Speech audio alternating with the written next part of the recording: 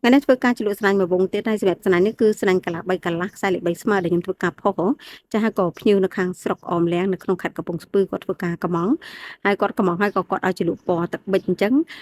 អីវ៉ាន់នៅពេលដែលគាត់ទូទាត់ពេលព្រឹកគឺខ្ញុំជ្រលក់ពេលព្រឹកដាក់ចេញទៅពេលល្ងាចអញ្ចឹងសម្រាប់ស្លាញ់ជ្រលក់ពណ៌យើងចំណាយពេលជ្រលក់និងស្ដាល់ឲ្យស្ងួតបានយើងខ្ចប់ចេញបានណាចាអញ្ចឹងបើសិនជាកម្មង់ព្រឹកទូទាត់ព្រឹកដាក់ចេញទៅល្ងាចអញ្ចឹងបើសិនជាអ្នកដែលជ្រលក់ពណ៌បើ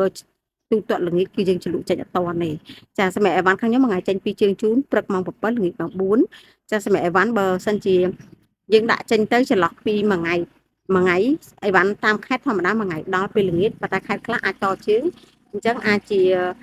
ថ្ងៃនឹងអត់ដល់អាចជាស្អែកពេលព្រឹកវិញអញ្ចឹងណាចាប៉ុន្តែអីវ៉ាន់នៅចន្លោះ2ថ្ងៃបើសិនជាបងប្អូនអ្នកដាក់កម្មង់ហើយអត់ឃើញអាចឆាតចូលเพจបានណាអ្នកកម្មង់តាមเพจឆាតចូលเพจអ្នកកម្មង់ Telegram ឆាតចូល Telegram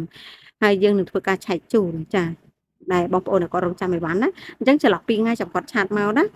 បើចន្លោះមួយថ្ងៃយើងកែអីវ៉ាន់ខ្លះដល់អីវ៉ាន់ខ្លះក៏អត់ទាន់ដល់ដែរពេលខ្លះអីវ៉ាន់ដល់យប់ជួនកាលថ្ងៃនេះអត់ទាន់តាក់ទងទៅ